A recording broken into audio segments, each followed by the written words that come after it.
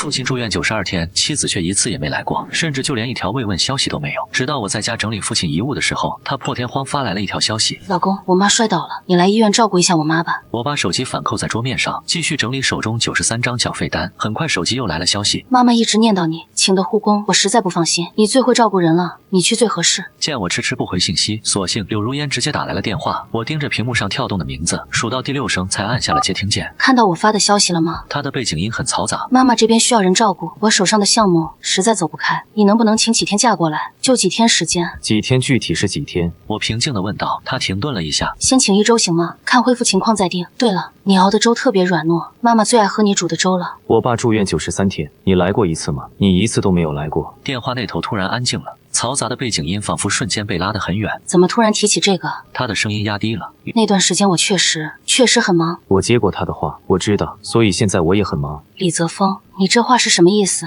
他的語氣明顯不高興了。就是字面意思。我看着窗外灰蒙蒙的天空，我也有自己的工作，也有自己的生活，也有累得喘不過氣的時候。那是我媽。他的語氣急切起來。你就不能體諒一下嗎？我媽對你一直不錯吧？是不錯。她拉着你用悄悄話說我壞話的時候，你在旁邊笑得挺開心的。他們用老家的方言，虽然我听不懂，但能猜個大概。說我父親的病是個無底洞。別這麼說，我媽只是發牢騷，說正事。我會抽時間去看看的。我說全天候照顧我做不到。他深吸了一口氣，在開口時換了一種語氣。澤峰，算我求你了，這次項目關係到升任投資總監，我真的不能分心，你就幫幫我，之後我一定好好補償你。媽媽這邊真的需要家裡人，護工哪有自家人細心周到。我明天下午4點之後有空。我說也只能待1個半小時。1個半小時怎麼夠？李澤峰你怎麼？或者你可以找別人幫忙。我打斷他的話，比如你表弟，去年你說他待業在家，現在可以過來幫忙照顧，你付他工資。電話被掛斷了，王音在耳邊響着。我慢慢放下手機，手有些微微發抖，不知道是氣的還是別的什麼原因。客廳的燈光過於明亮，照的那盒從未開封的蛋白粉格外刺眼。我走過去，拿起它掂了量，然後放進儲物間最頂層的櫃子裡，和父親那些沒吃完的藥放在了一起。雨還在下着，我給自己倒了杯溫水，坐在沙發上，一點一點慢慢喝完。水溫吞吞的，沒什麼特別的味道，就像這些年我過的日子一樣平淡。手機屏幕又亮了一下，是柳如烟發来的醫院地址和病房號，沒有文字，只有一個定位信息。我沒有回復，窗玻璃映出我的臉。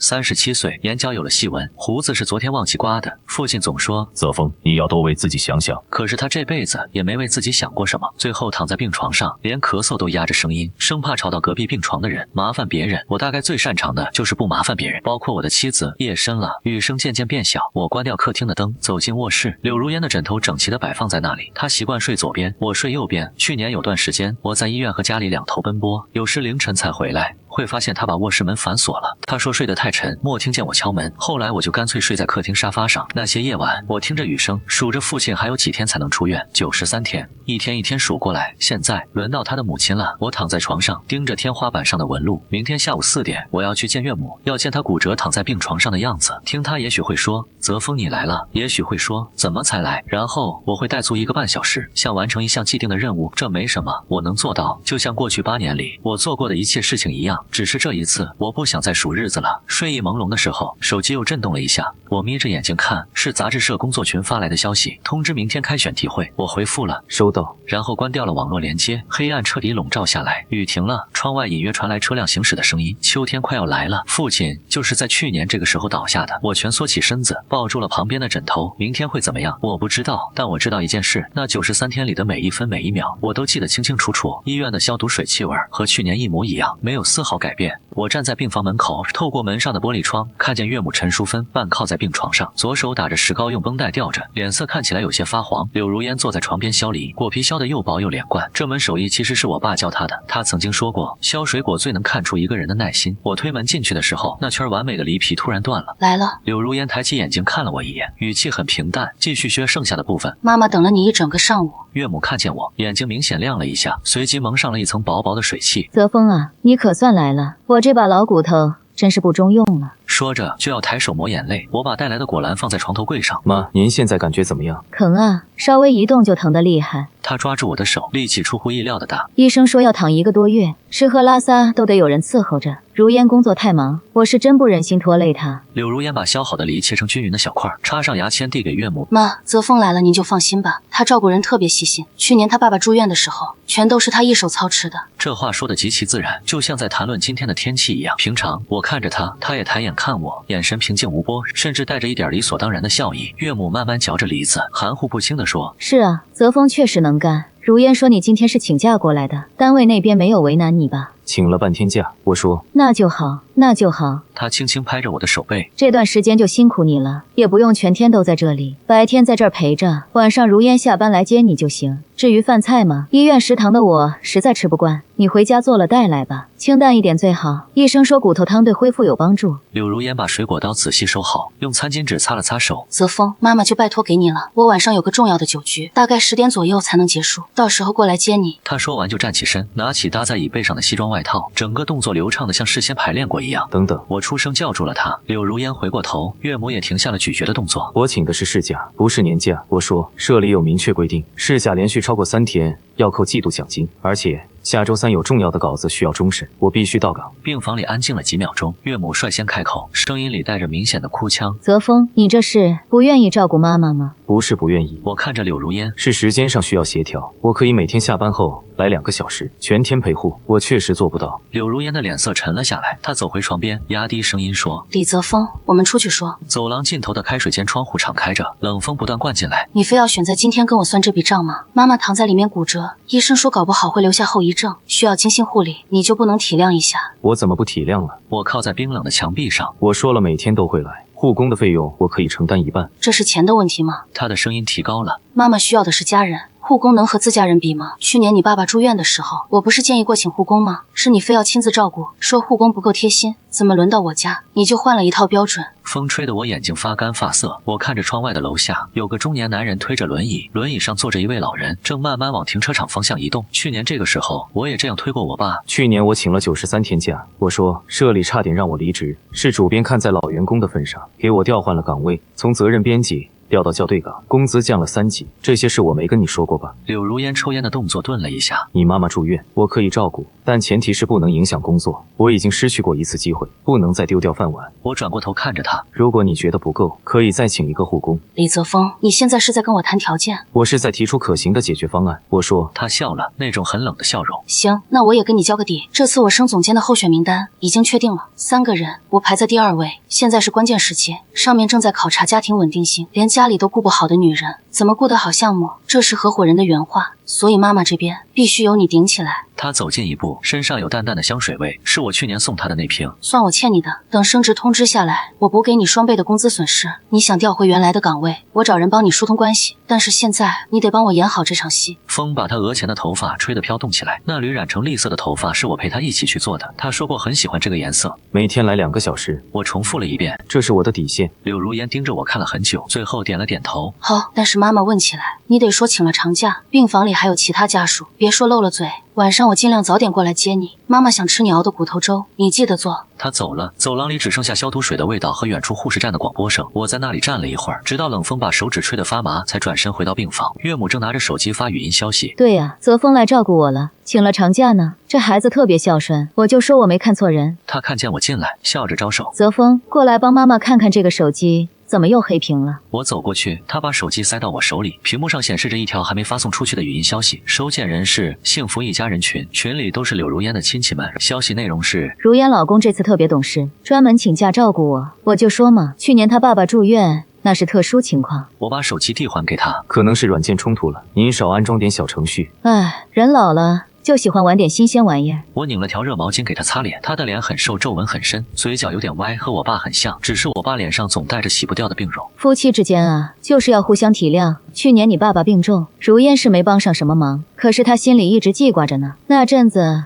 他不是總說要給你轉錢嗎？雖然你沒要，但他跟我說過，只要你開口，多少他都賺。毛巾漸漸涼了，我去衛生間重新換熱水，打開水龍頭，看着水流嘩嘩的衝下來。柳如煙確實說過，錢不夠就跟我說。第一次是我爸手術前夜，我說押金還差8萬，他說明天就轉。第二天我問起，他說忘了，現在轉。然後拖到了第3天。第二次是術後感染進 ICU， 1天1萬的費用，我說快撐不住了，他說我在路演，晚點再說。那筆錢最後是主治醫生墊付的，後來我用了4個月才還清。第3次之後，我再也沒有開過口。我端着熱水走出來，岳母正在接電話。對呀，女婿照顧的可周到了。如烟工作忙，但每天下班都會過來。哎呀，應該的，一家人說什麼謝謝。他笑得眼睛眯成了一條縫，掛斷電話後對我說：是你大舅說周末要來看我。澤峰，到時候你多做幾個菜。大舅嘴巴特別挑。我沒搭理。下午4點半，護工來了，是位40多歲的阿姨，姓李。我詳細交代了岳母的飲食禁忌和翻身的時間。李阿姨點頭記下，很麻利地開始整理床頭櫃。岳母拉着李阿姨的手說：這是我女婿，專門請假照顧我的，你呀就幫着打下手，主要還得他來，我吃慣了他做的飯。李阿姨笑着看了看我，阿姨，您真有福气。我看了眼時間，媽，我6點得走，晚上社裡要開會，明天我下班就過來給您帶粥。岳母的臉色立刻垮了下來。晚上還要開會，不能請個假嗎？媽媽一個人在這兒害怕。是重要的選題會，必須參加。我把背包背起來。李阿姨晚上在這裡陪床，我已經付了1周的費用，您有事就按鈴，護士隨時都在。澤峰，他的聲音帶上了哭腔。你是不是嫌媽媽麻煩了？媽媽知道我老了，不中用了。我還是沒有搭理。走出醫院的時候，天色已經暗了下來。我站在公交站台等車，手機震動了一下，是柳如煙發來的消息。媽媽說你要走。我沒有回復。公交車來了，我擠上車，抓着扶手，隨着車廂輕輕搖晃，窗外的霓虹燈一盞盞掠過。我想起去年今天，我也是這樣坐着夜班公交車去醫院時，懷裡抱着剛熬好的湯，怕涼了，用厚毛巾仔細裹了2層。那天我爸做了第3次介入治療，吐了一整天，最後拉着我的手說：澤峰，爸爸不想治了。我沒有哭，我說必須治。現在同樣的公交線路，方向卻是相反的。我要回那個家，給另一個人的媽媽熬粥。那天晚上我還是熬了粥，排骨山藥粥，小火慢燉了2個小時，湯色清亮誘人。我裝進保溫桶時已經10點半了，柳如煙沒有回來，也沒有打電話。11點，我洗完澡準備睡覺，門鈴響了。柳如煙一身酒氣地走進來，看了我一眼。今天媽媽哭了吧？她就那樣，心軟怕孤單，你多哄哄她，老人要多陪。我本不想搭理她，可聽到這句話，我還是回過頭。柳如煙，去年我爸在 ICU 那幾天，你還記得你對我說過什麼嗎？她愣了一下，眼神有些渙散。那麼久以前的事，誰還記得？但是我記得你說生死有命，別太勉強自己。客廳的燈光很亮，照得他臉上的疲憊一覽無餘。他張了張嘴，最後說：那時候我是怕你壓力太大。現在呢？我問。現在你就不怕我壓力大了？現在情況不一樣。他站起身，摇搖晃晃地往臥室走去。我升总监，对你对这個家都有好處。媽媽那邊，你就當是幫我一把，演幾個月的戲，等任命下來，什麼都好說。第二天我去醫院的時候，岳母果然在念叨，看見保溫桶才露出笑容。我伺候她喝粥。上廁所時，我聽見2個護士在低聲聊天。19床那位老太太可真能折騰，一晚上按了7、8次呼叫鈴。她女婿不是請假陪護嗎？怎麼又請了護工？誰知道呢？不過昨天他女兒來過，穿得挺講究，開了輛好車。聽說是某家投資公司的經理，可不是嗎？水接滿了，燙的壺柄有些燙手。我沒有急着離開，等那2位護士聊完離開後，才提着水壺慢慢往回走。走廊很長，兩邊的病房門有的敞開着，能看見裡面的家屬在餵飯、削水果，輕聲細語的說話。19床在走廊的中段，岳母正拿着手機看短視頻，音量開得很大，笑聲清晰地傳了出來。李阿姨見我回來，小聲說：李先生，剛才您愛人打來電話，說今晚要陪客戶，不過來了。岳母嗯了一聲，眼睛沒有離開手機屏幕。女人忙事業，理解。澤峰在就行。我放下水壺。媽，我明天下午社裡有培訓，可能要到6點才能過來。又有培訓？她終於抬起頭。你們社裡怎麼那麼多事啊？不能請個假嗎？媽媽一個人在這兒多可憐。澤峰，你是不是不想照顧媽媽？我的手頓了一下。媽媽知道照顧病人很累人。她放下手機，拉住我的手。但是媽媽只有如煙一個女兒，你又沒有兄弟姐妹，咱們女婿和丈母娘得互相依靠。你現在對媽媽好，將來媽媽走了，什麼都是你們的。媽媽那套老房子雖然舊了點，但地段好，值不少錢呢。他的手很溫暖，握得很緊。我垂眼看着那些深刻的皺紋，想起我爸最後一次握住我的手，力氣已經很輕很輕了，像一片隨時會飄走的葉子。那天我待到8點才離開醫院，走出醫院時接到柳如煙的微信消息。媽媽說你要培訓，不能調一下時間嗎？我回復不能。他沒有再回復。周五下午，社裡的培訓提前結束了。我看了一下時間，4點20，現在去醫院正好可以陪岳母吃晚飯。剛走到地鐵站入口，手機響了，是一個陌生的座機號碼。請問是李澤峰先生嗎？這裡是東東城區派出所。您的父親是不是叫李國棟？我的腦子嗡了一声。是他怎么了？您別緊張，是好事。我們這邊處理一起詐騙案，追回了部分贓款，其中有李國棟先生去年被騙的6萬塊錢，需要您帶相關材料來派出所辦理返還手續。我靠在地鐵口的牆壁上，腿有些發軟。去年9月，我爸手術前1周，他突然跟我說有筆理財到期了，能拿回6萬塊。我当時忙着籌措手術費，沒有細問。後來錢一直沒到賬，爸爸支支吾吾說再等等，這一等就等到了他進 ICU， 等到了他出院，等到了現在。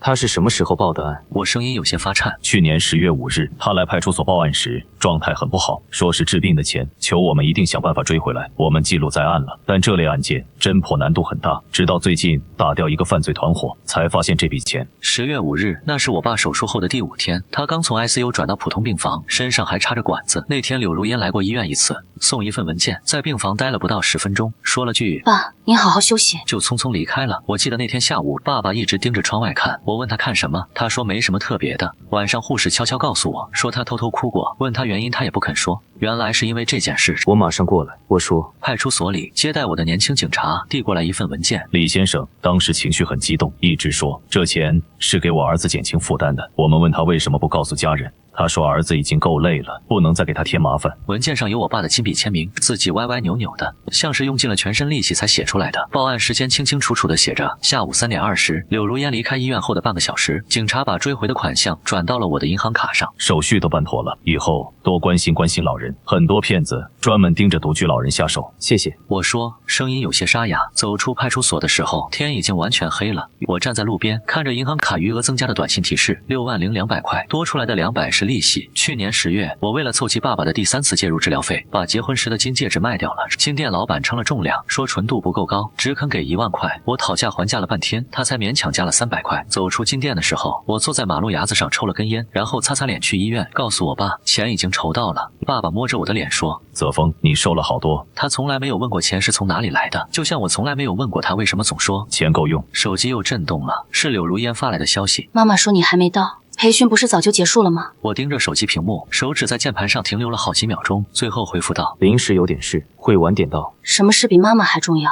我沒有回復，攔下一輛出租車，對司機說去市第2醫院。路上，我給爸爸以前的手機號碼發了條短信，爸，錢追回來了。當然不會有任何回復，那個號碼已經停機大半年了，但我還是想告訴他，告訴那個躺在病床上還在想方設法為我減輕負擔的男人，他的兒子現在知道了他的隱瞞，他的眼淚，他簽報案表時那顫抖的手。到醫院的時候，19床的病房門虛掩着，裡面傳來陣陣談笑聲。我推門進去，看見大舅坐在床邊，岳母正眉飛色舞地說着什麼，柳如煙也在，正在給大舅倒水。澤峰來了。大舅站起來，正說你呢，淑芬一直誇你孝順，天天熬粥送飯，比親兒子還貼心。柳如煙接過我手裡的東西，怎麼這麼晚才來？有點事耽擱了。我把綠豆糕遞給大舅，您爱吃的。哎呀，謝謝澤峰。大舅拉着我坐下，你來的正好。剛才如煙說，他升總監的事基本確定了，下個月就公示，到時候可要好好慶祝慶祝。岳母笑得合不攏嘴，大舅趁熱打鐵，繼續說：要我說啊，澤峰你也該考慮要個孩子了，趁着年輕，媽媽還能幫着帶帶。淑芬，你說是不是？岳母連連點頭，對对对，媽媽就盼着抱外孫呢。等媽媽腰傷好了，你們就抓緊時間。然而我只是把果盤放在岳母的床頭櫃上。媽，大舅，你們慢慢聊，社裡還有點緊急的事情沒處理完，我得先回去一趟。岳母的笑容僵了一下，這都幾點了還去社裡？急事。我拿起背包，明天我一早就過來。柳如煙站起來，我送你出去。不用了，你陪媽和大舅吧。對了，柳如烟，我說去年10月5號，我爸報案被人騙了6萬塊錢的事，你知道嗎？病房裡的空氣仿佛瞬間凝固了，柳如烟臉上的笑容慢慢消失了。岳母递蘋果的手停在半空中，大舅看看我，又看看柳如烟，一臉不明所以。什么報案？柳如烟的聲音異常平靜。沒什麼。我拉開門，就是突然想起來了。明天見。門在我身後輕輕關上，走廊的燈光白得刺眼。我靠着牆壁站了一會兒，聽見裡面傳來岳母壓低的聲音。他剛才說什麼？什麼報案？然後是柳如煙的回答。不知道，可能聽錯了吧。急促的腳步聲追了出來，柳如煙抓住我的手腕，把我拉到樓梯間。你剛才那話是什麼意思？她緊盯着我，眼睛裡有什麼東西在劇烈的翻湧着。你爸爸被騙了，什麼時候的事？你怎麼從來沒跟我說過？去年10月5號。我看着他的眼睛，下午3點20報的案。那天你來過醫院，10分鐘送文件，還記得嗎？他的瞳孔猛地收縮了一下，看來是記得的。我抽回自己的手。那天我爸身上還插着管子，忍着劇痛去派出所報案。6萬塊錢，他的全部積蓄，說是要給我減輕負擔。柳如煙的喉結滾動了一下。我不知道这件事。你当然不知道。我说你忙着升任投资经理，忙着陪投资人应酬，忙着你的大好前程。我爸的死活，我的压力都跟你没有关系。李泽峰，他抓住我的肩膀。你讲讲道理好不好？我要是知道这件事，我能不管吗？你会管吗？我问。就像去年那93天，你管过吗？他松開了手，樓梯間的聲控燈熄滅了，黑暗籠罩下來，只有安全出口的綠色標誌悠悠地亮着，照着他的半邊臉頰。那筆錢追回來了。我說今天下午派出所通知我的。他猛地抬起頭，6萬零200。我從包裡拿出那張銀行卡，我爸用命守着等我拿回來的錢。燈又亮了，他的臉色在燈光下顯得有些蒼白，張了張嘴，卻沒有發出任何聲音。柳如煙，我說你媽媽是人，我爸也是人，你媽媽會疼，我爸也會疼，你媽媽需要照顧，我爸也需要。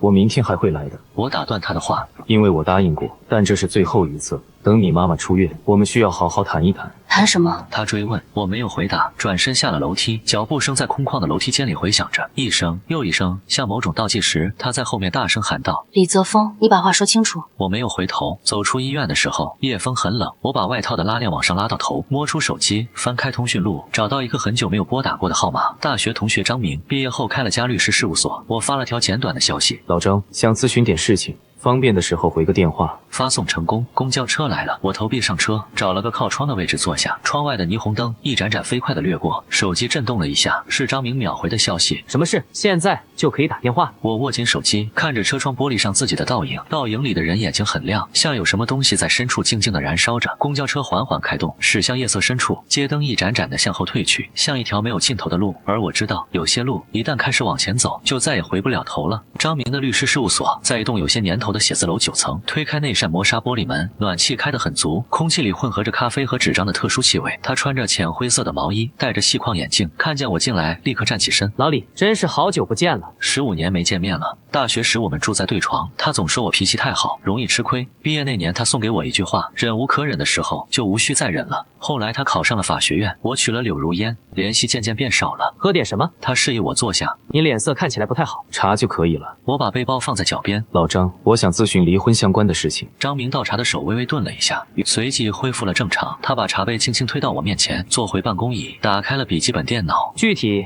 是什麼情況？我從去年父親生病開始講起，93天，6萬塊的詐騙款，岳母骨折，柳如煙要求賠護，講得很平靜，就像在說別人的事情一樣。張明的筆在紙上快速移動着，偶爾抬頭看我一眼，眼神裡有同情，但更多的還是職業性的專注。所以你目前的訴求是？他聽完後問道。離婚，財產分割。我說2套房子，1套婚後共同還貸，1套出租，存款應該不多。柳如煙的具體收入我不太清楚，她的工資卡不歸我管。張明快速敲擊了幾下鍵盤。你有她的收入證明嗎？銀行流水，房產證在誰的名下？房產證是我們2個人的名字，收入證明我這裡有她工資條的照片，去年無意中拍下來的。我翻出手機相冊，找到那張照片。柳如煙的月度工資明細：基本工資3萬2，績效獎金6萬8，項目分紅15萬，日期是去年8月。張明看了一眼，這是他升任投資經理之後的收入。之前呢？之前大概只有1半。我說他花錢比較大手大腳，但具體存款我真的不知道。他說要投資理財，錢都轉出去了。投資有相關的憑證嗎？他追問。我搖了搖頭。張明放下筆，身體微微減輕。老李，你聽我說，按照你描述的情況，柳如煙很可能已經做了財產轉移。工資收入這麼高，婚後共同生活8年，就算他開銷再大，至少也應該有幾百萬的積蓄。你說存款不多，這不太符合常理。窗外的陽光斜斜地照進來，灰塵在光柱裡無聲地飛舞。我看着那些漂浮的微小顆粒，想起去年在醫院，陽光也是這樣照進病房。父親盯着光裡的灰塵，輕聲說：澤峰，你看多像人生啊！我需要怎麼做？我問。第一，收集證據。張明開始列清單，他的銀行賬戶信息、投資收益憑證、房產估值、車輛信息。第二，弄清楚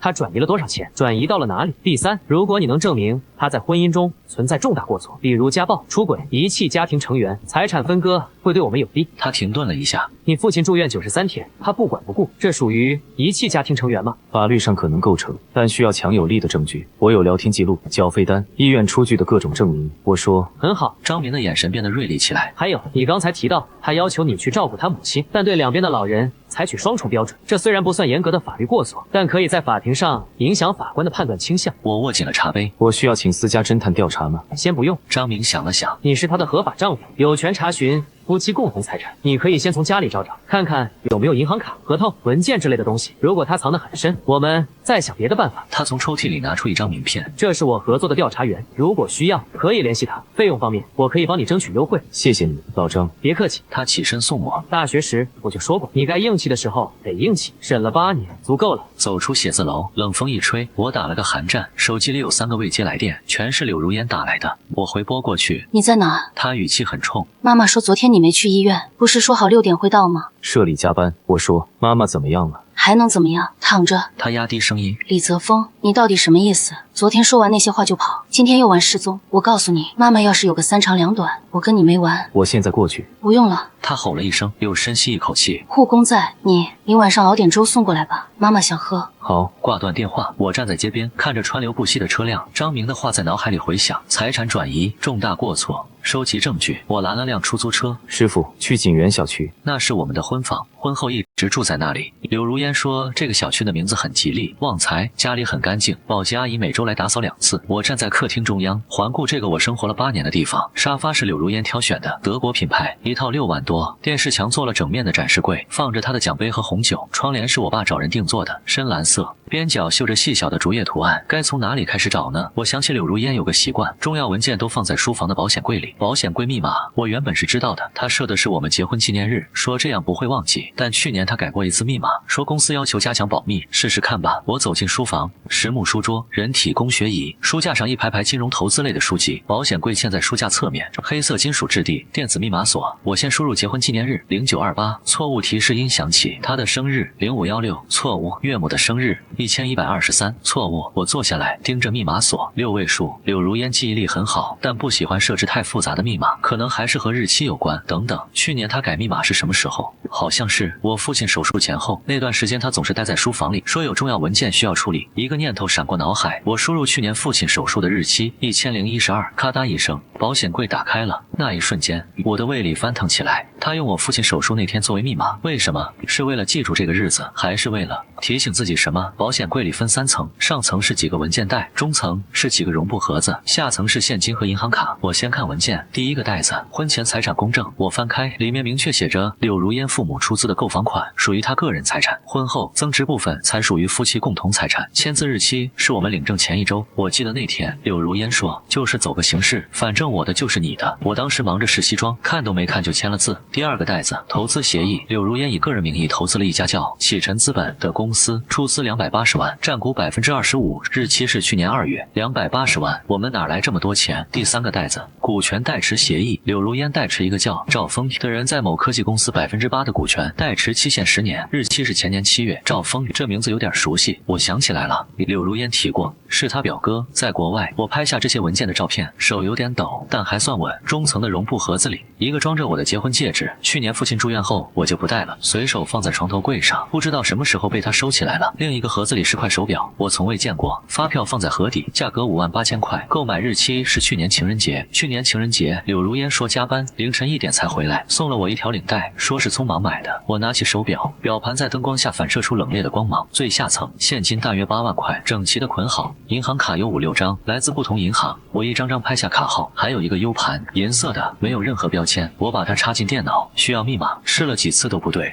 我拔下 U 盤，把所有東西恢復原樣，關上保險櫃，走出書房時，腿有點發軟。我靠在牆上，深呼吸，那些數字在眼前跳動。280萬投資，58000塊的手表，代持股權，婚前公證。柳如煙的世界，我從未真正了解過。手機又響了，是岳母打來的。澤峰啊，粥熬好了嗎？他聲音虛弱。媽媽1天沒見你了，想你了。正在熬，媽，我說一會兒就給您送過來。哎，好，你慢慢來，路上小心點。掛電話前，我聽見護工小聲說：“阿姨，您女婿真孝順。”岳母孝，是啊，比親兒子還貼心。我走進廚房，從冰箱裡拿出排骨，處理排骨的時候，刀劃到了手指，血珠立刻冒了出来。我看着那點紅色在水池裡慢慢化開，突然想起去年給父親熬湯，也這樣切到過手。父親看見後說：“澤峰，疼不疼？”我說不疼，他說疼就要說出來，不說的話，別人永遠都不會知道。粥在鍋裡咕嘟咕嘟地響着，我處理好傷口，靠在料理台邊，看着蒸汽緩緩升騰。那些文件、手表、U 盤像一塊塊散落的拼圖擺在那裡，但我還看不清全貌。柳如煙為什麼要瞞着我進行投資？錢是從哪裡來的？趙峰到底是誰？U 盤裡藏着什麼？還有，他為什麼用我父親手術那天作為保險櫃密碼？粥熬好了，我装進保溫桶時，手機收到一條銀行短信，工資到賬6200塊，這是我的月薪，扣掉社保公積金，剩下的剛夠生活費。柳如煙的一只手表都不止這個數。我拎着粥桶出門，天色已經完全暗了，路燈一盞盞亮起來。走到小区门口，看見鄰居刘叔遛狗回来。小李，去看丈母娘啊？他笑眯眯地問。聽說老太太摔了，嚴重吗？骨折，得躺一陣子。我說，哎呦，那你可辛苦了。他凑近些，压低聲音。对了，上個月我看見你家柳如煙在小區門口跟一個年輕男人說話，挺親密的，是你家親戚嗎？我心裡一緊，什麼樣的男人？30來歲，平頭，開輛黑色越野車。劉叔回憶着，兩人說了好久的話，後來還一起上車走了。我當時還想，是不是柳如煙的同事？可能是吧。我说，謝謝劉叔。黑色越野車，柳如煙公司的男同事大多開轎車，開越野車的好像沒有。我走到公交站台，等車時打開手機相冊，翻看剛才拍下的文件照片。投資協議上有個聯繫電話，我記了下來。股權代持協議上趙峰的身份證號，前幾位顯示是本地人，表哥。柳如煙從來沒說過有表哥在本地。車來了，我坐在最後一排，戴上耳機，撥通了張明的電話。老張，我找到了一些東西。我压低聲音，婚前公證、投資協議、股權代持，還有一塊從未見過的手表。張明那邊傳來敲擊鍵盤的聲音。發給我看看，投資金額多少？280萬，去年2月。280萬。張明沉吟着，這屬於大額支出，必須經過你的同意，否則可以主張他擅自處分夫妻共同財產，要求返還。可我對這筆錢的存在一無所知。那就更有利了。張明說 U 盤呢？能打開嗎？需要密碼。先收好，手表發票上的日期是去年情人節。好。張明的語氣變得嚴肅起來。老李，你聽着，從現在開始不要打草驚蛇，繼續正常照顧你岳母，對柳如煙的態度保持和往常一樣，暗中收集更多證據。我這邊幫你調查那個投資公司和股權代持的具體情況。還有，我補充道，鄰居說看見柳如煙和開黑色越野車的男人在一起，想辦法弄到車牌號或者照片。張明說，婚內出軌的證據是最直接的。車到醫院了，我拎着粥桶下車，冷風刮在臉上，生疼。走進病房時，岳母正在看電視，看見我，她立刻露出笑容。澤峰來了，快，媽媽等你等的粥都快涼了。剛熬好，還熱着。我打開保溫桶，剩粥。岳母拉住我的手。呀，手怎麼了？切菜不小心滑到了。哎呦，疼不疼？媽媽給你吹吹。他真的低下頭，輕輕地吹了吹。那一瞬間，我的眼眶有些發熱。如果他沒有說過那些話，如果他沒有在我父親病重時計較錢，如果他只是一位普通的岳母，沒事的嘛，小傷而已。我把粥遞給他，小心燙。岳母慢慢喝着粥，突然說：“澤峰，媽媽昨天想了一晚上，去年你爸爸生病，如煙是做的不對，媽媽代他向你道歉。”我的手微微一顫。你也知道，女人嘛，事業心重，有時候就顧不上家裡了。他放下碗，看着我。媽媽是過來人，懂婚姻啊，就是要互相包容。你看，現在媽媽病了，你不也來照顧了嗎？這就是将心比心。電視裡正在播放家庭倫理劇，男主角在哭訴妻子出軌。媽，我輕聲問道：“柳如煙是不是有什麼心事？我看她最近總熬夜。”岳母的眼神閃爍了一下。能有什麼心事？不就是工作壓力大？他那個公司競爭激烈，不拼命怎麼行？可我聽說他們公司最近在裁員，裁员也裁不到他頭上。岳母的声音提高了。如烟是经理，馬上就要升总监了，你別瞎想。他重新端起碗，但手有些發抖。我在病房待到8點，給他擦身、按摩腰部、讀報紙。護工李阿姨小聲跟我說：“您岳母今天下午接了個電話，發了很大脾氣，把水杯都摔了。”知道是誰打來的嗎？我問。聽不太清楚，但好像提到了什麼錢、期限之類的。李阿姨摇搖頭。老太太掛電話後一直念叨：“不爭氣，不爭氣。”在說誰？9點，柳如煙來了。她看起來疲憊不堪，襯衫領口鬆開着，眼底有明顯的黑眼圈。媽媽今天怎麼樣？她問。好多了。我說，醫生說明天可以試着坐起來。她點點頭，坐在床邊，握住岳母的手，母女倆低聲說着話。我收拾東西準備離開。澤峰，柳如煙叫住我。明天你能請1天假嗎？我得出差去上海，晚上回不來。社里最近特別忙，請不了假。我說就1天。她的語氣急躁起來。媽媽明天要拍片子，得有人推她去，護工一個人我不放心。岳母也看着我。澤峰，就1天，媽媽求你了。我看着他們，突然問道：“柳如煙，你投資的那280萬是什麼項目？”空氣凝固了，柳如煙的臉色瞬間變得煞白。岳母抓住被單的手猛地收緊。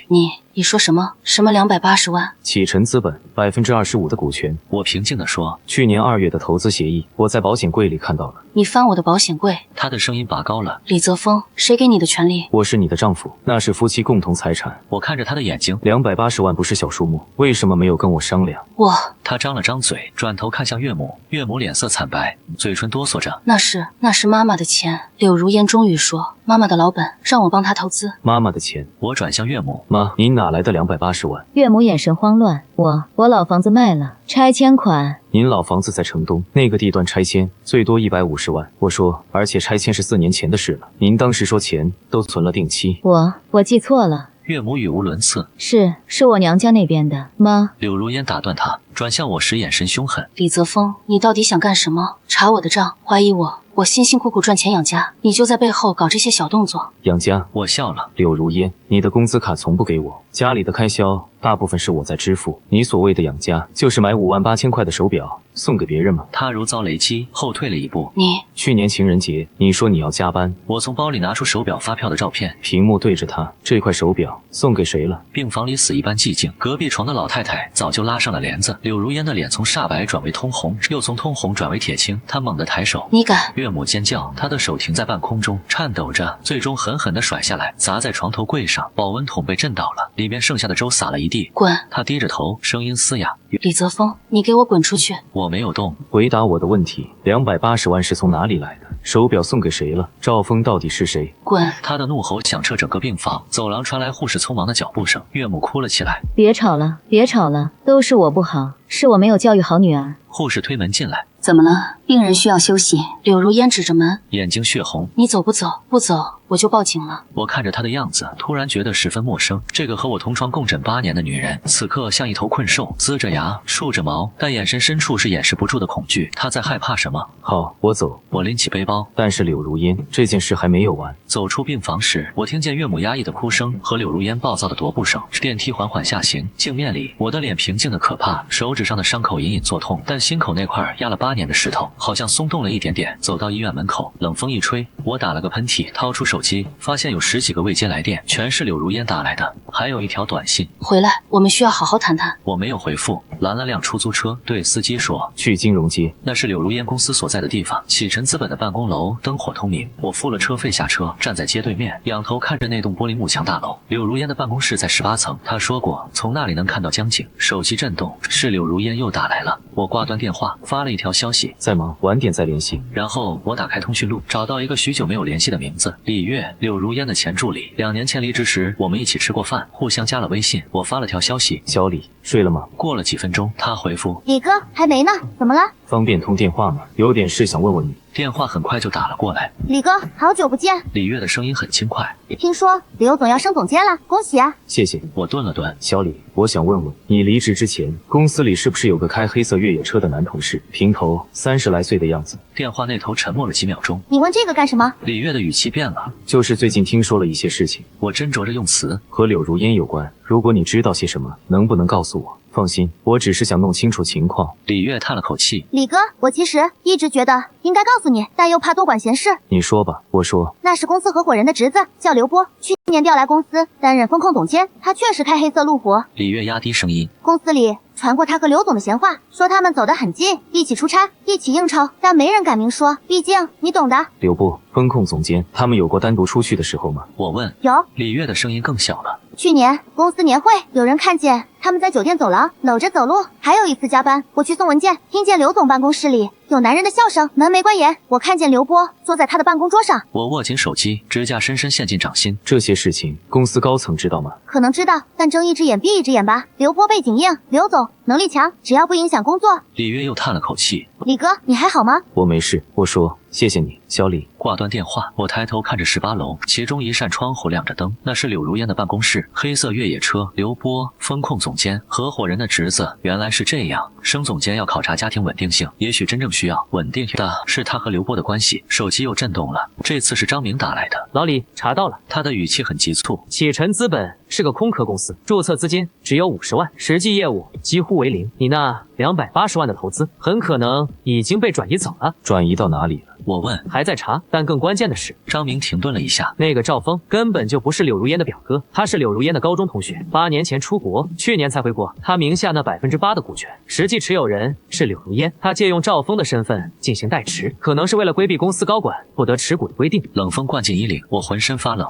還有，張明說，我托朋友查了柳如烟的銀行流水，雖然不全，但能看出過去2年裡，他每個月固定向一個賬戶轉賬25000塊，賬戶的持有人叫劉波。劉波每月25000塊。2年60萬，這是什麼錢？我問，聲音有些沙啞。備註寫的是諮詢費。張明說，但劉波是啟辰資本的正式員工，有工資收入，這很可能是包養費。我說出这3個字時，胃裡一陣翻湧。老李，你現在在哪？安全嗎？張明問。我在他公司樓下。你先回家。張明的語氣很嚴肅。收集好所有證據，我們明天見面詳談。記住，不要正面衝突。他現在狗急跳牆，不知道會做出什麼事來。我看着18樓那扇亮着燈的窗戶，好，掛斷電話。我最後看了一眼那棟大樓，轉身走向地鐵站。地鐵裡人很少，我坐在角落，打開手機相冊，把所有證據照片備份到雲端網盤。柳如煙的憤怒，岳母的慌張，李月的證詞，張明的調查，像一張網，正在慢慢收緊。回到家已經快12點了，我打開燈，客廳空蕩蕩的，走進書房，保險櫃靜靜地立在那裡，密碼1012。我再次打開，拿出那個 U 盤，這次我輸入了劉波的生日。去年柳如煙手機解鎖時，我無意中看到是0803，錯誤，那會是什麼呢？我盯着 U 盤，突然想起柳如煙有個習慣，重要密碼喜歡用紀念日加名字的縮寫，試試看。我輸入 1012XL， 咔嗒一聲 ，U 盤解鎖了，裡面只有一個文件夾，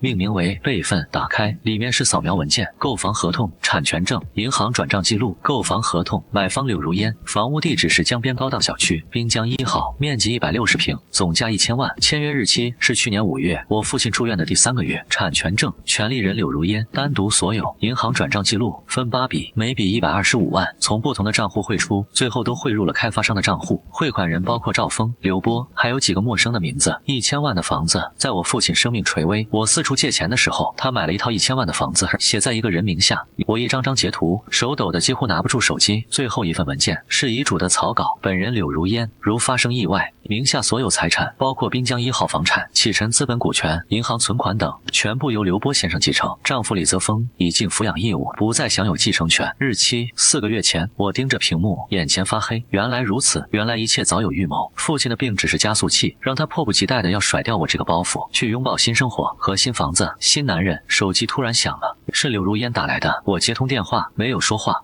李澤峰，你在家嗎？他的聲音平靜的詭異。我們需要好好談談。談什麼？我問。談怎麼好聚好散。他說，我知道你翻了我的東西，既然到了這一步，不如打開天窗說亮話。我握緊 U 盤。你想怎麼散？房子歸你，現在住的這套。他說，存款不多，都給你，車我開走，我們協議離婚，安靜的分開，別把事情鬧大。濱江1號那套呢？我問。電話那頭沉默了良久。他說，你都知道了。1000萬。我說，柳如煙，你哪來這麼多錢？這不重要。他的聲音冷了下來。李澤峰，我給你面子，你別不要，鬧大了，你1分錢都拿不到。我有的是辦法，讓你净身出戶。比如？我問。比如？他笑了。你爸爸那6萬塊錢的詐騙款，是我設的局。我渾身的血液仿佛都凝固了。你說什麼？聽不懂嗎？他慢條斯理地說。你爸爸那個理財，是我找人介紹給他的，6萬塊，不多不少，正好讓他長個記性，別總想着靠兒子養老。可惜他命大，沒氣死。我癱坐在椅子上，耳邊嗡嗡作響。對了，還有一件事。柳如煙繼續說。你爸爸手術前，醫生是不是說，如果早3個月發現，治癒率能到80%？你知道為什麼晚了3個月嗎？我張了張嘴，發不出聲音。因為我把他的體檢報告藏起来了。他輕描淡寫地說。他那年單位體檢，是我去拿的報告，肝癌早期。我把那一頁撕了，告訴他一切正常。本來想等他晚期沒救了再告訴你，沒想到他自己疼得忍不住，去檢查發現了。眼淚毫無預兆地滾落下來，我捂着嘴，渾身發抖。為什麼？我嘶啞地問。柳如煙，為什麼？為什麼？他笑了。因為你爸爸是個累赘啊，一個寡婦，退休金那麼一點點，醫保報銷比例又低，將來病了癱了，全都是我們的負擔。我柳如煙的丈夫怎麼能被這種拖累？所以你就想讓他死？不是我想，是命運。他糾正道。我只是幫命運一把，可惜他命硬，花了50、60萬還是活下來了。不過也好，现在他死了，你也該解脫了。我閉上眼睛，淚水洶湧而出。那些日日夜夜，父親的疼痛，我的絕望，籌錢的屈辱，簽病危通知書時的顫抖，原來背後都有他的一雙手在推動。李澤峰，聽我的。柳如烟的語氣緩和了一些。協議離婚，拿這套老房子，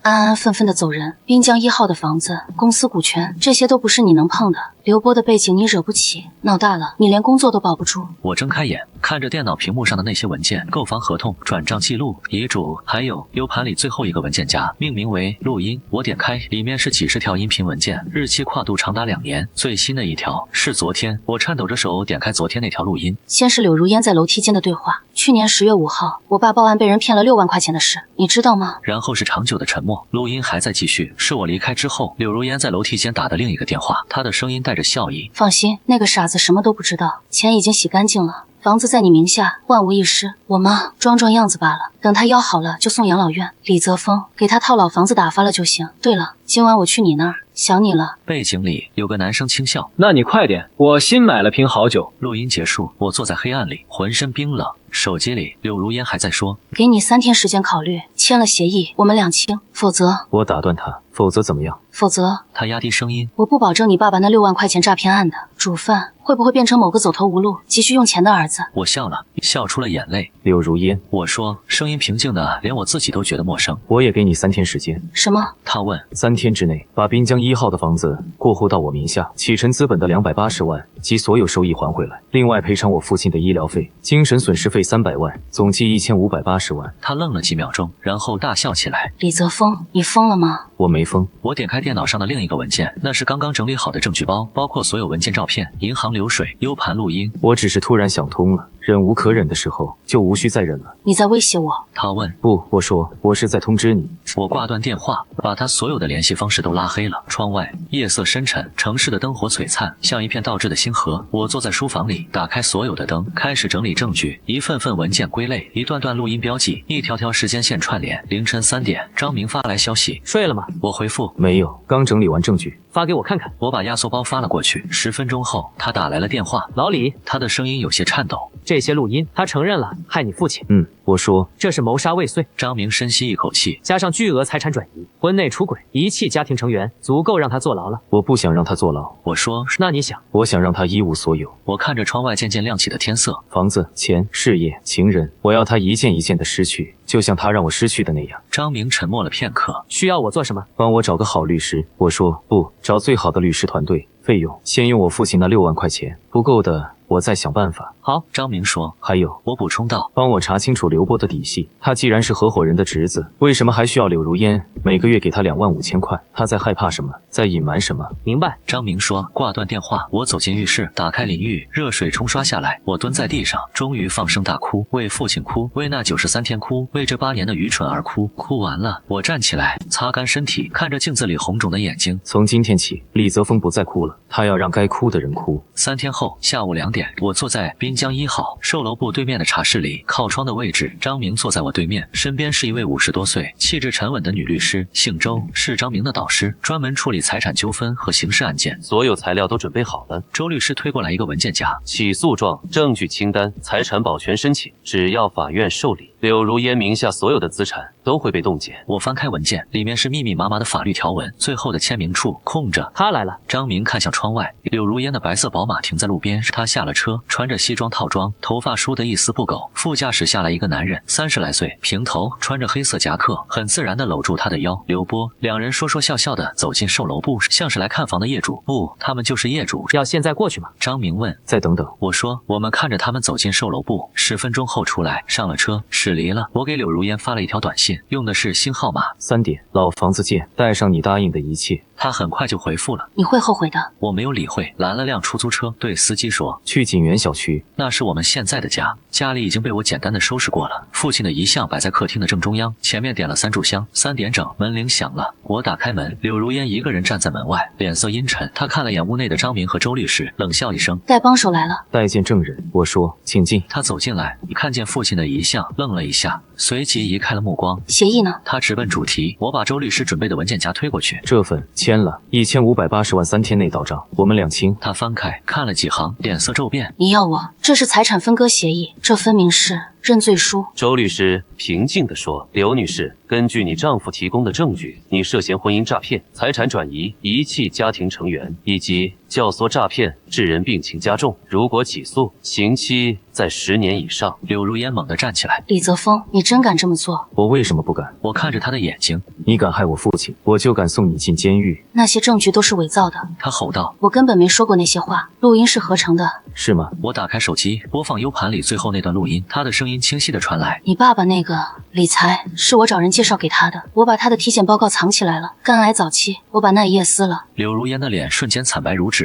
這不可能，我明明刪掉了。我笑了。柳如烟，你太小看我了。從發現保險櫃密碼是我父親手術那天起，我就知道你不簡單，所以每次動你的東西，我都實时備份到了雲端。你刪掉的只是副本。他踉蹌着后退，撞到了餐桌。還有，我點開另一段錄音，是他和劉波的對話。錢已經洗乾淨了，房子在你名下。柳如煙，你說如果這段錄音送到稅務局，他們會怎麼查劉波的賬戶？如果送到啟辰資本董事會，他們還會讓你升總監嗎？汗水從他的額頭滾落下來。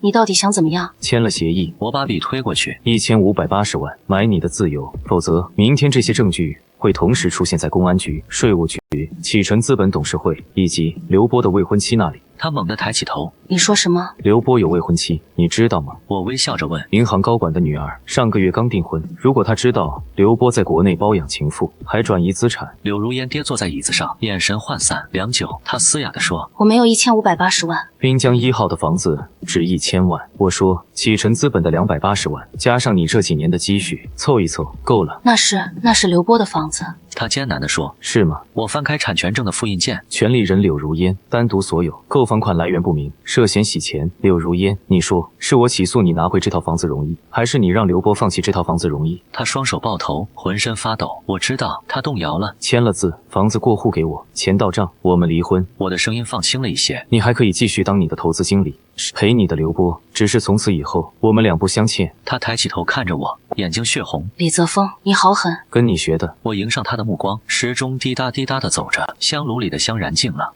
灰白色的香灰斷裂掉落下来，柳如烟終於伸手拿起了筆，筆尖落在紙上的那一刻，門鈴突然響了，我們都愣住了。我起身開門，門外站着劉波，他臉色鐵青，身後跟着2個穿着黑西裝的男人。柳如烟，他衝了進來。你是不是瘋了？簽什麼協議？柳如烟慌忙站起来。不，你怎麼？我怎麼知道的？刘波冷笑着轉向我。李澤峰是吧？你以為你贏了？他走到餐桌前，抓起那份協議，刷刷幾下撕成了2半。我告訴你，他緊盯着我。濱江1號的房子是我的，錢也是我的。柳如煙，他不過是我養的一只猫，你想通過他动我的東西？他把碎片扔在我臉上。做夢！张明和周律师站了起来。周律师沉声道：“刘先生，請注意你的言行。”言行？刘波笑了，对身後2个男人使了個眼色。給我搜！2個男人徑直走向書房。你們幹什麼？我想阻攔，被其中一個男人用力推開。柳如煙慌了。不，別鬧，那些東西不能。不能什麼？劉波瞥了他一眼。你以為我真相信你？你保險櫃裡的東西，我早就備份了。柳如煙如遭雷擊。2個男人從書房裡出來，手裡拿着保險櫃裡的文件袋、U 盤以及我藏起來的父親的遺物盒。還給我！我衝了過去，一個男人輕易地制住了我。劉波打開遺物盒，裡面是父親的照片、病歷本，還有那93張繳費單。他拿起繳費單，隨意地翻了翻，笑了。真感人。他抽出最下面那一張，那是父親去世當天的最後一張繳費單，金額為0，備註寫着病人已故，結算完成。劉波把那張單子撕碎了。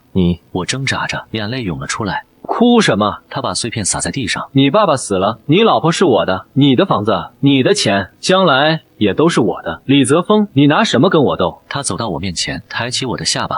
聽說你爸爸死前很疼，肝癌晚期，疼得咬破了嘴唇是吧？真可惜，沒疼死他。我渾身的血液衝上頭頂。你知道嗎？我聽見自己的聲音在發抖。我錄音了。劉波臉上的笑容瞬間僵住了，他盯着張明手裡那部屏幕還在發亮的手機，錄音界面的進度條仍在無聲的向前移動。你他媽的！劉波咬牙切齒的擠出幾個字，猛地轉向身後那2個穿黑西裝的男人，把東西都給我砸了。那2個男人剛要動作，周律師已經從容的從公文包裡拿出了另一部手機，屏幕上顯示着正在通話的界面，通話時長已經超過20分鐘。劉先生，我建議你冷靜一下。周律師的聲音平穩的像在陳述天氣。從你進門開始，我們的通話就一直保持暢通。電話那頭是市公安局經偵支隊的劉隊長，他對你剛才說的房子是我的，錢也是我的，以及疼死他這些言論非常感興趣。劉波的臉色從鐵青轉為煞白，他難以置信地瞪着周律師，又轉頭看向我。我彎腰，一片一片撿起地上那些繳費單的碎片，小心地攏在手心裡。劉波，我直起身，將碎片放進襯衫口袋，貼着胸口的位置。你以為只有你會找人？我抬起頭，你以為在龍國有錢有背景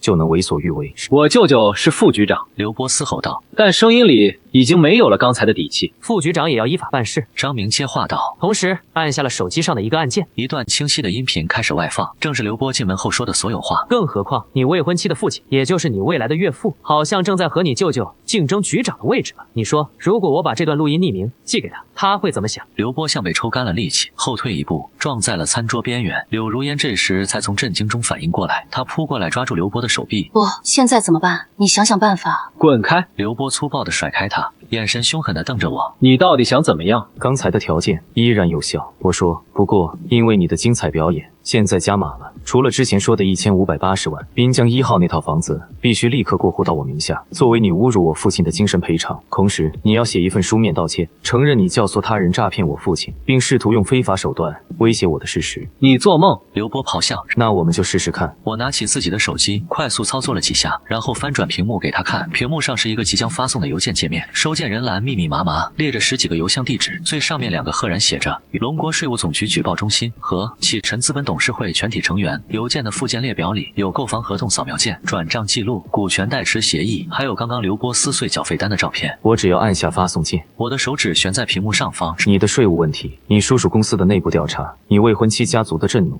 會在24小時內接踵而至。你猜，到時候你那個副局長舅舅是保你還是自保？房間裡死一般的寂靜，只有牆上掛鐘秒針走動發出的滴答聲，像敲在每個人心上的鼓點。劉波的胸口劇烈起伏，額頭上滲出細密的汗珠。他死死盯着我的手機屏幕，又看向周律師還在通話中的手機，最後目光落在柳如煙驚恐的臉上。時間1分1秒過去，終於，劉波從牙縫裡擠出一句話：房子過戶需要時間。我有的是時間。我說，但你的時間不多了。下周1早上9點前，我要看到房產交易中心受理過戶的回执。至於錢，可以分3期，但第一筆800萬必須在這周5下班前到賬。我沒有那麼多現金，那是你的問題。我收起手機。劉波，這些年你和柳如煙通過啟辰資本洗了多少錢？你心裡清楚，800萬對你來說不過是從左口袋拿到右口袋。劉波的臉色又變了幾變，他猛地掏出手機，走到陽台上，開始低聲打電話。柳如煙站在原地，眼神空洞地看着我，又看看陽台方向，嘴唇哆嗦着，卻一個字也說不出來。岳母陳淑芬不知何時從臥室裡走了出來，她顯然聽到了大部分對話，此刻扶着門框，老淚縱橫。造孽呀，真是造孽啊！澤峰，是我們家對不起你，对不起你吧。我沒有看他，只是靜靜等待着。10分鐘後，劉波陰沉着臉走回來，他把手機往桌上一扔。下周1辦過戶，錢周5先給你500萬，剩下的3個月內付清。書面道歉呢？周律師適時問道。劉波狠狠瞪了他一眼，抓起桌上的筆和便簽紙，刷刷寫了幾行字，簽上名字，扔了過來。我接住看了一眼，內容雖然簡略，但關鍵點都承認了。复印件我會公正留存。周律師將便簽紙收好。劉先生，希望你言而有信，否則我們手裡的證據隨時可以成為呈堂證供。劉波沒有回答，他一把拽住還在發呆的柳如煙。走，等等！我叫住他們。劉波回過頭，眼神像要殺人。我從口袋裡拿出那盒未開封的蛋白粉，走到柳如煙面前，遞給她。這個還給你。我爸沒福氣喝，希望你媽用得着。柳如煙看着那盒蛋白粉，臉色瞬間慘白如紙。她猛地揮手打掉盒子，尖叫一聲，被劉波連拖帶拽的拉出了門。砰的一聲巨響，門被摔上了。房間裡只剩下我們3人，還有滿地狼藉。張明長舒一口氣，關掉了手機錄音。老李，你剛才真是太險了。周律師也結束了通話，對電話那頭說了聲謝謝劉隊，然後轉向我，李先生，後續的法律手續我會全程跟進。劉波這種人不會輕易就範，我們要做好他反撲的準備。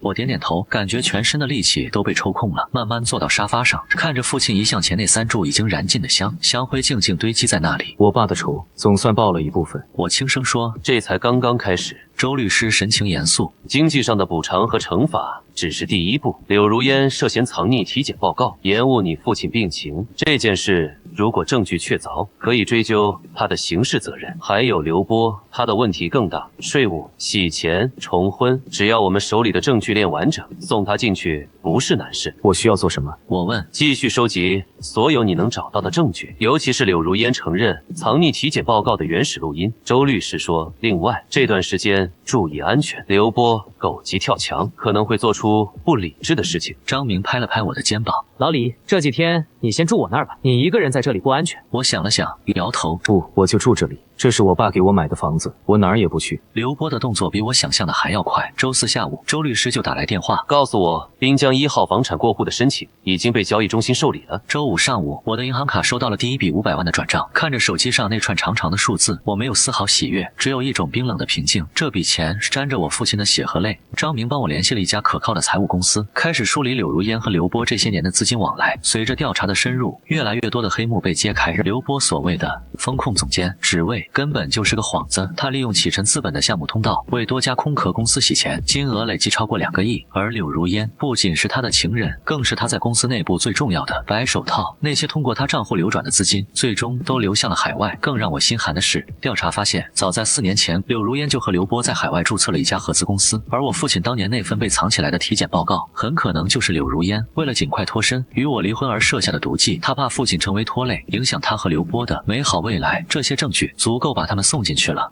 張明把厚厚一疊材料放在我面前。老李，你打算什麼時候動手？我翻看着那些觸目驚心的文件，沉默了很久。再等等，我說我要等岳母出院。为什么？张明不解。陈淑芬明明知道他女兒做的這些事，卻一直幫着隱瞞，他也不是什麼好人。我知道。我看着窗外陰沉的天色，但他畢竟是個老人，而且剛剛骨折，有些話我想當面問清楚。周日早上，我帶着熬好的粥去了醫院。岳母的傷勢恢復得不錯，已經能坐起來了。看見我進來，他的眼神複雜極了，有愧疚，有恐懼，還有一絲我看不懂的情緒。澤峰，他啞着嗓子開口：“你還肯來看我？”我答應過會來。我把粥倒進碗裡，遞給他：“趁熱喝吧。”岳母接過碗，手抖得厲害，粥灑出來一些。我拿紙巾幫他擦乾淨，動作自然而熟練，就像過去照顧父親時一樣。澤峰，他突然抓住我的手，眼淚掉進碗裡。你是個好孩子，是我們家對不起你，對不起你爸爸。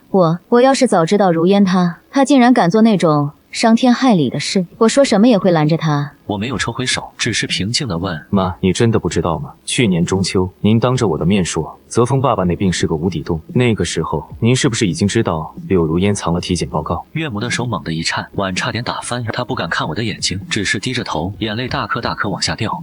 我只是懷疑。她語無倫次。如煙那段時間總心神不寧，有一次我聽到他打電話，說什麼報告處理掉了。我問他說是工作上的事。我沒想到是親家的體檢報告啊。那後來呢？我繼續問。我爸住院93天，柳如煙一次沒來，您打電話勸過他嗎？您有沒有哪怕一次覺得他做得太過分了？岳母哭得更兇了，她鬆開我的手，捂着臉，肩膀劇烈的顫抖。我勸了，我怎麼沒勸？可他說什麼都不聽，說工作忙，說醫院晦氣，我也沒辦法，我就這麼一個女兒。從小慣壞了。澤峰，媽對不起你，媽給你跪下了。他說着，竟然真的掙扎着想從床上下來。我按住了他。您不用這樣。我的聲音依然平靜，但心裡那片冰冷的海開始泛起細微的波瀾。我今天來，除了送粥，還想告訴您2件事。岳母抬起淚眼模糊的臉看着我。第一，柳如煙和劉波做的那些違法的事，證據已經齊全了，很快他們就會受到法律的制裁。岳母的臉色瞬間慘白，嘴唇哆嗦着，卻發不出聲音。第二，我頓了頓，那套老房子的拆遷款，您留着養老吧。柳如煙以後可能沒辦法照顧您了。說完，我站起身，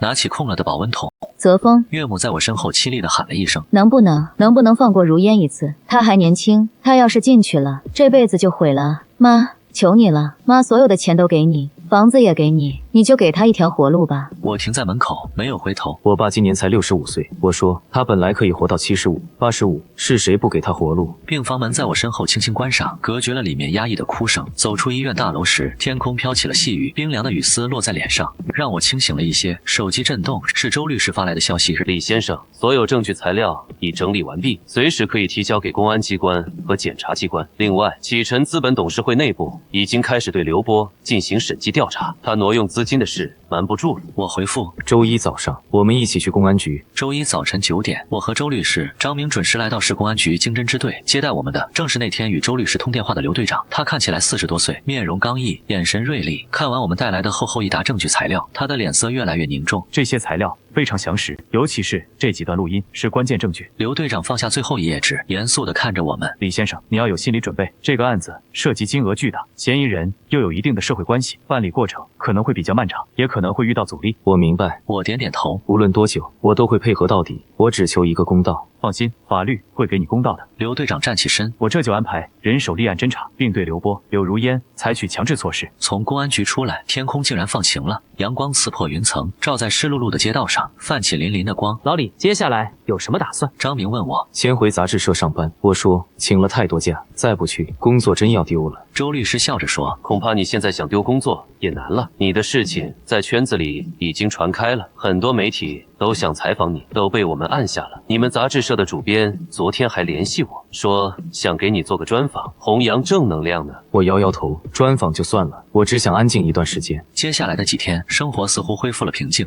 我每天準時上下班，認真看稿、校對，偶爾和同事聊聊天。但我知道，平靜的表面下，暗流正在洶湧。周三下午，我正在審一篇散文，手機響了，是個陌生號碼。我接起來，對方是個年輕男人的聲音，語氣焦急：“是李泽峰先生嗎？我是第一人民医院急诊科的医生，您岳母陈淑芬女士刚才在病房摔倒，情況不太好，您能馬上過來一趟嗎？”我心裡一緊，雖然對岳母有怨，但聽到她出事，本能還是揪了一下。我馬上過去。我掛了電話，跟主編請了假，匆匆趕往醫院。趕到急診科時，岳母已經被推進搶救室了。護士告訴我，她是在病房裡試圖下床時摔倒的，撞到了頭部，初步檢查可能有颅內出血。家屬呢？怎麼就您一個人来了？護士問。他女兒。我顿了一下，暫時联繫不上，我先签字吧，所有責任我来承擔。签完字，我坐在抢救室外的长椅上等待。走廊裡人來人往，充斥着消毒水和焦慮的味道。这场景太熟悉了，去年我就是這樣守在搶救室外，等着父親的消息。只不過那時我心裡滿是恐懼和希望，而現在只剩下複雜的平靜。1個多小時後，搶救室的門開了，醫生走出來，摘下口罩，表情凝重。病人情況暫時穩定了，但出血點壓迫了神經，需要盡快手術。不過他年紀大了，又有基礎病，手術風險很高，你們家屬要有個心理準備。手術成功的概率有多大？我問。不到50%。醫生實話實說，而且即使手術成功，後續也可能留下嚴重的後遺症，比如偏癱、失語。我沉默了片刻，請安排最好的醫生做手術，費用不是問題。醫生看了我一眼，點點頭。我們會盡力的，你去辦一下手續吧。我起身去繳費窗口，刷卡、輸密碼，一氣呵成。看着 POS 機吐出的長長憑條，我突然想起去年那些繳費單，不同的是，這一次我卡裡有足夠的錢。手術安排在當天晚上8點，我給張明發了條信息說明情況。需要我過來嗎？他很快回復，不用，我能處理。我回到晚上7點半，護士推着岳母去手術室，經過我身邊時，岳母忽然睜開了眼睛，她的眼神有些渙散，但看到我時明顯亮了一下。她努力抬起那只沒受傷的手，嘴唇動了動。我俯下身，聽到她用極其微弱的聲音說：“澤峰，對不起，告訴如煙，媽不怪她。”我的手握住了她冰涼的手指。您會沒事的。我說，她似乎想笑，但沒笑出來，只是輕輕捏了捏我的手指，然後被推進了手術室。紅燈亮起，我再次坐在了那條熟悉的長椅上。時間一點點流逝，窗外的天色完全黑透，手機屏幕亮起，是柳如煙發來的短信。這是劉波被抓後，他第一次聯繫我。短信很長，李澤峰，媽媽的事我知道了，謝謝你還在照顧她。我在看守所裡想了很多，我錯了，錯得太離譜。我不求你原諒，只求你別恨媽媽，她什麼都不知道，都是我的主意。劉波把一切都推到了我身上，說她只是被我迷惑，沒關係，我認了，這是我應得的懲罰，只希望媽媽能平安。如果她有什麼3長2短，幫我照顧好她，欠你的，下輩子還。我盯着這條短信看了很久，最後一個字也沒有回。凌晨1點，手術室的燈終於滅了，醫生滿臉疲憊地走出來，對我點了點頭。手術很成功，出血點清楚了，不過病人年紀太大，恢復需要很長時間，而且左手左腳的功能可能會受影響。謝謝醫生。我真心實意地說。不用謝，這是我們的職責。醫生頓了頓，病人麻醉還沒過，但之前清醒時一直念叨你的名字，等他轉到監護室，你可以去看看他。我再次道謝，看着岳母被推出來，送往重症監護室。隔着玻璃，我看到他身上插滿了管子，安靜地躺着，監護儀上的數字平穩地跳動着，他還活着，這就夠了。3個月後，岳母陳淑芬已經出院，住進了城東一家條件不錯的養老院。她的左半邊身子不太靈便，需要坐輪椅，但精神恢復得不錯，能說能笑，只是記憶力差了一些，常常剛說過的話轉眼就忘。我每周會去看她一次，帶些她愛吃的點心，推她在院子裡曬曬太陽。她很少提起柳如煙，偶爾說起也是念叨。如煙什麼時候回來看看我？我總是含糊地應過去，說他工作忙，出差了。柳如煙和劉波的案子已經進入了司法程序，因為涉案金額特別巨大，且證據確鑿，檢察院很快提起了公訴。開庭那天，我沒有去旁聽，張明去了。回來後告訴我，柳如煙在法庭上承認了所有指控，態度很好，而劉波則百般狡辯，把責任都推給了柳如煙。劉波的舅舅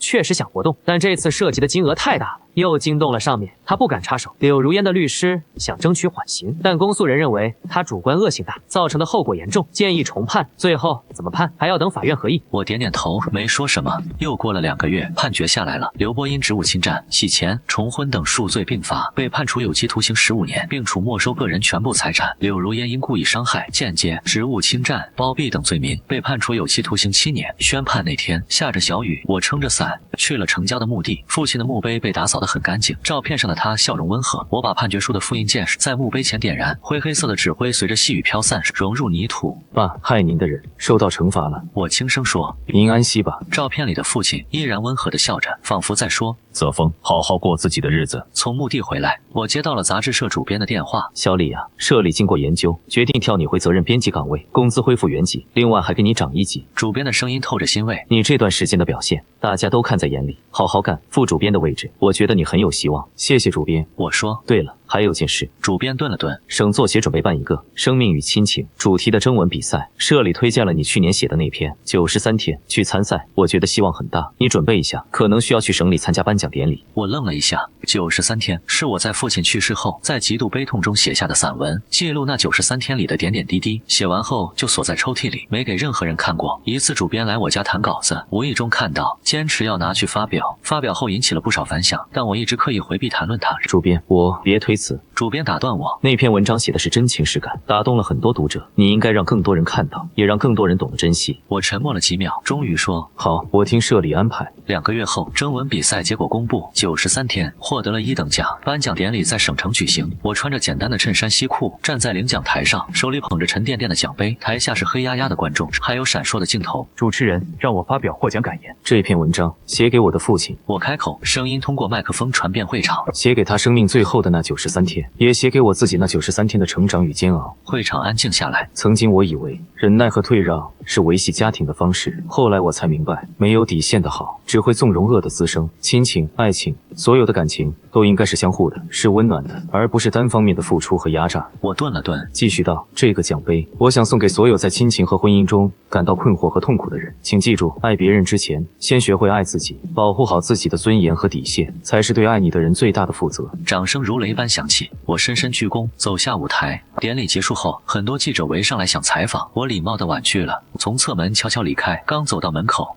一個熟悉的身影攔住了我，是柳如煙的母親陳淑芬。養老院的護工推着她的輪椅，她穿着乾淨的衣服，頭髮梳得整齊，懷裡抱着一個布包。澤峰，她笑着叫我，眼神比以前清明了許多。我在電視上看到你了，講得真好。我走過去，蹲下身與她平視。媽，您怎麼來了？這麼遠的路？我讓護工推我來的。她把懷裡的布包遞給我，這個給你。我打開布包，裡面是一件手織的毛衣，深藍色，針腳細密，領口和袖口織着簡單的竹葉花紋。我手不如以前靈活了，織了3個月才織好。岳母有些不好意思地說：“眼睛也不好，顏色可能沒選對。”很合適。我輕聲說：“謝謝媽。”她笑了，眼角的皺紋舒展開，像秋日的菊花。澤峰，以後別總來看我了。她忽然說：“你還年輕，該有自己的生活，遇到合適的人就別錯過。媽媽這裡很好，有人照顧，你放心。”我握了握她冰涼的手。我知道，您好好休養，我有空就來看你。護工推着輪椅離開了，我站在原地，看着他們的背影消失在街角，手裡的毛衣柔軟而溫暖，帶着老人特有的淡淡的樟腦丸味道。手機響起，是張明。老李，典禮結束了吧？晚上一起吃個飯。周律師也來，他說有個好消息告訴你。什麼好消息？來了就知道。老地方，6點半。晚上6點半，我來到我們常去的那家小餐館，張明和周律師已經到了，桌上還擺着一個蛋糕。這是？我疑惑。慶祝你獲獎啊！張明笑着說。另外，周律師確實有個好消息。周律師從公文包裡拿出一份文件，推到我面前。劉波名下被查封的那部分資產，經過清算，法院判決將其中120萬作為對你父親的精神損害賠償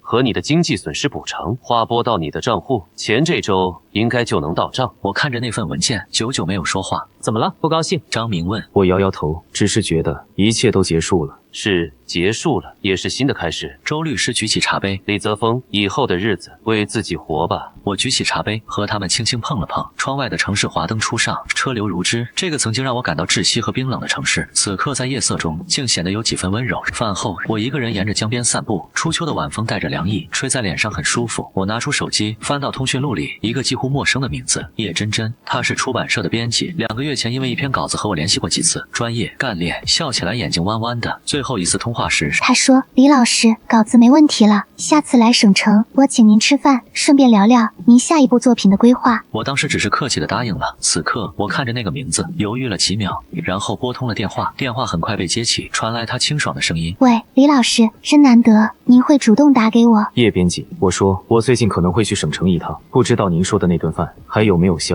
電話那頭靜了一瞬，隨即響起輕快的笑聲：“當然有效，隨時恭候。李老師，什麼時候來？提前告訴我，我一定把時間空出來。”好，我也笑了，那就下周吧。掛斷電話，我繼續沿着江邊往前走，江水在月光下泛着粼粼的波光，安靜地流向遠方。我知道過去的傷痕不會完全消失，那93天的記憶會永遠刻在生命裡，但我也知道人總要向前走，帶着傷痛，帶着記憶，也帶着重新開始的勇氣。父親，您看到了嗎？我輕聲說，您的兒子終於學會了為自己而活，他不會再讓